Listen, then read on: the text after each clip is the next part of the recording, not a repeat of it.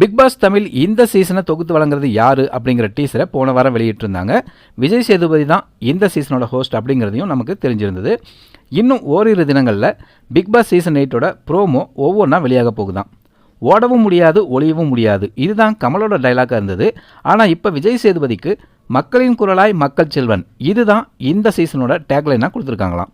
சரி, வரப்போகிற ப்ரோமோக்களில் என்ன கான்செப்ட் வச்சுருக்காங்க அப்படின்னு பார்த்தீங்கன்னா, மக்களை ஒவ்வொருத்தராக நேரடியாக சந்திக்கிறது தான் இந்த ப்ரோமோக்களோட கான்செப்டாக இருக்குதான்.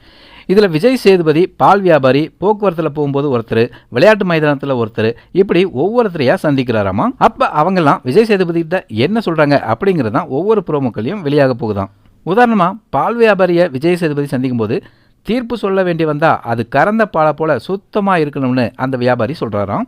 அதே மாதிரி விளையாட்டு மைதானத்துக்கு விஜய் சேதுபதி போகும்போது அங்கே ரெட் கார்டு காட்டப்படுவதை போலவும், போன சீசனில் ரெட் கார்டு கொடுத்ததுனால அந்த சீசனே பரபரப்பாக போயிட்டு இருந்தது இல்லையா, அதை ஞாபகப்படுத்துகிற வகையில் தான் இந்த ரெட் கார்டு ப்ரோமோவை தயாரிச்சிருக்காங்களாம். மொத்தத்தில் ப்ரோமோவிலேயே கூஸ் பம்ப்ஸ் ஏற்றி விடுற மாதிரி புதுசாக வந்திருக்கிற கிரியேட்டிவிட்டியும் மெனக்கெட்டு ஷூட்டிங்கெல்லாம் பண்ணியிருக்காங்களாம். ப்ரோமோக்கள் ஒவ்வொன்றா வெளியாக பிக் பாஸ் பற்றிய பேச்சுகளும் தீயா பரவுன்னு டீம்னு நினைக்கிறாங்களாம். சரி, முதல்ல ஒரு ப்ரோமோ வெளியாகட்டும், அப்புறமா பார்ப்போம். தொடர்ந்து பிக் பாஸ் செய்திகளுக்கு இந்த சேனலை மறக்காமல் சப்ஸ்கிரைப் பண்ணிக்கோங்க. நன்றி.